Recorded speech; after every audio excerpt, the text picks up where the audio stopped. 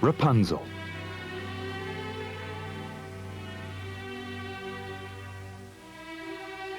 Once upon a time, there lived a man and his wife. They had all that they wanted in the world, except for one thing. For many years, they had longed to have a child whom they could love, yet no baby was born to them. At the back of their house was a window, which looked out over a beautiful garden full of lovely flowers and fine vegetables.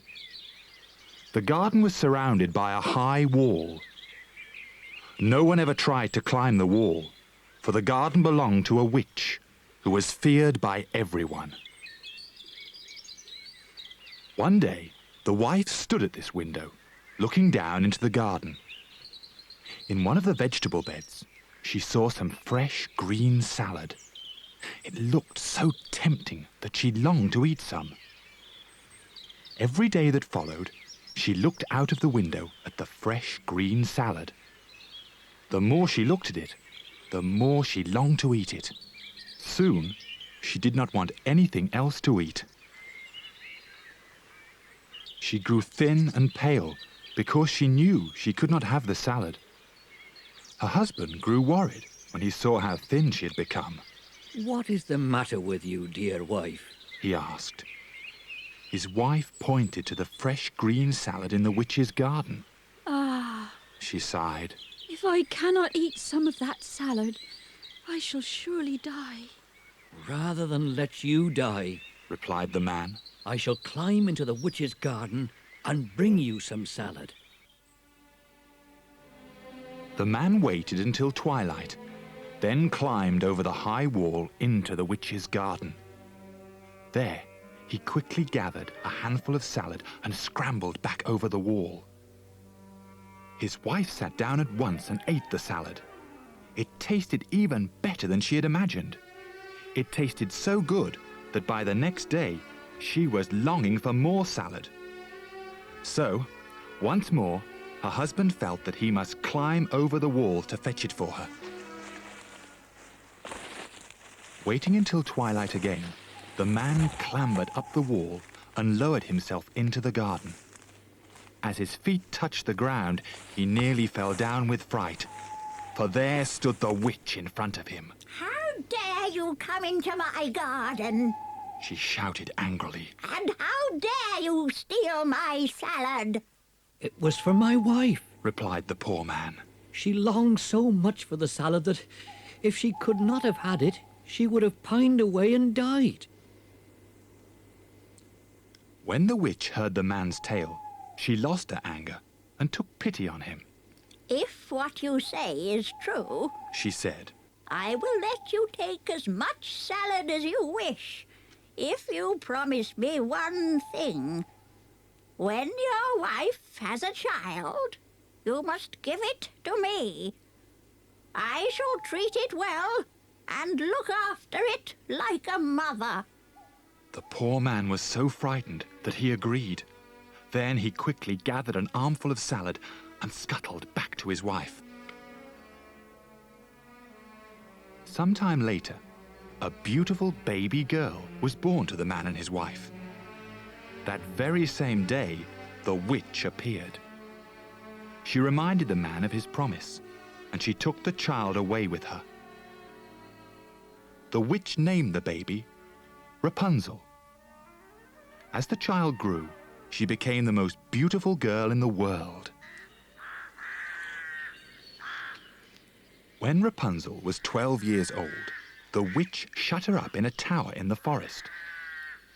This tower had neither a door nor a staircase, but right at the top there was one small window. When the witch came to visit Rapunzel, she stood at the foot of the tower and cried, "Rapunzel! Rapunzel! Let down your hair!" Rapunzel had wonderful, long, fine hair, the color of gold. Whenever she heard the voice of the witch, she threw her long plait of hair out of the window. It was so long that it fell right to the ground.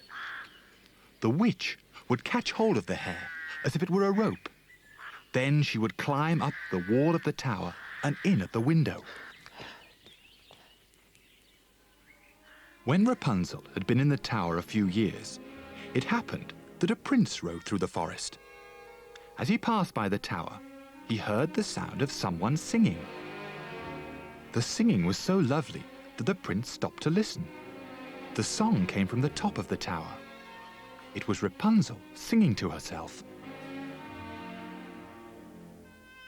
The prince wanted to go into the tower to find the singer. He looked for a door, but could not find one. So he rode sadly home. Yet the prince could not forget the sweet song, and he longed to see the singer.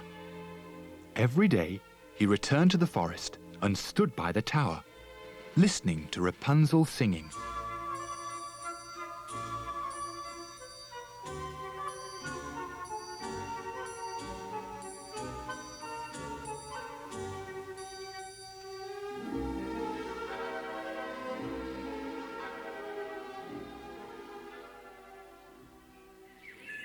One day, when the prince was standing behind a tree, the witch came to the tower. He heard her say, Rapunzel! Rapunzel! Let down your hair! Immediately, a long, thick plait of golden hair fell down to the ground. The prince watched amazed as the witch climbed up the tower and in at the window. If that is the ladder by which to enter the tower, then I too will try it, said the prince to himself. The next day, at twilight, the prince stood by the foot of the tower and cried, Rapunzel! Rapunzel! Let down your hair!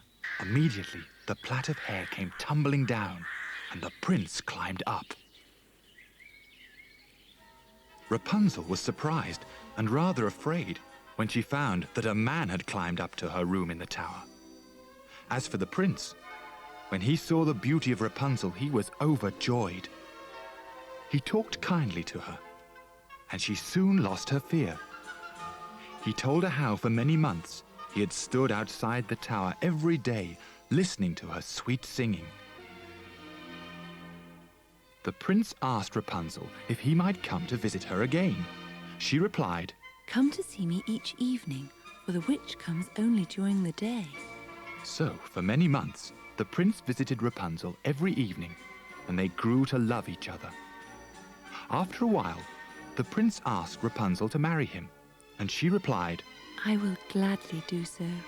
Then they talked together of how Rapunzel could get out of the tower. At last, Rapunzel thought of a plan. Every evening when you come to see me, She said to the prince, bring a skein of silk. I shall weave the silk into a ladder. When it is long enough to reach the ground, I shall come down. Then you can carry me away on your horse. They agreed on this plan. Every night, the prince brought a fresh skein of silk, and every day, Rapunzel wove a little more of the ladder. During all this time, the witch knew nothing of the prince's visits to Rapunzel. Then, one day after the witch had climbed up the tower by the plait of hair, Rapunzel spoke without thinking. How is it, good mother, She asked. that you feel so much heavier than the prince? Oh, you wicked child! Cried the witch. I thought that I had separated you from all the world. Now I find that you have deceived me. In her anger, the witch seized a pair of scissors and cut off Rapunzel's beautiful hair. She then took the poor girl away to a desert, where she left her weeping.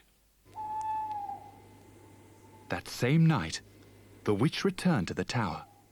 She fastened Rapunzel's plait of hair to a hook above the window. The prince arrived and cried, Rapunzel! Rapunzel! Let down your hair! Then the witch threw the plait out of the window.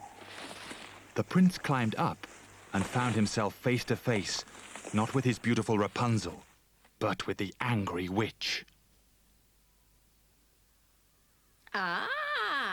Cried the witch, mocking him. You have come to find your lady love. But she is gone, and you will never see her again. The prince thought that Rapunzel was dead. In his sorrow, he jumped from the high window of the tower and fell to the ground.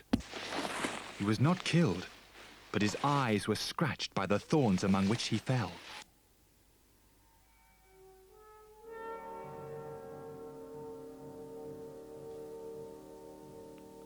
For some years, the poor blind prince wandered sadly through the forest. His only food was the roots and berries he found there. He did not care about anything. His only thought was that he had lost his dear Rapunzel. At last, he came to the desert where Rapunzel lived in sorrow. In the distance, he heard her singing, and he knew her voice at once. The blind prince stumbled towards the voice he loved. As soon as she saw him, Rapunzel knew that this poor man in rags was her prince. She ran into his arms. She was so glad to see him and so sad to find him blind that her tears fell quickly. 2 large teardrops fell upon his eyes. Immediately, he could see as well as ever he had done. How happy Rapunzel and the prince were to be together again. It did not matter to them that they were in rags. They forgot the sad years behind them. Hand in hand, they made their way happily through the forest to the prince's kingdom. There they were married amidst great rejoicing and lived happily ever after.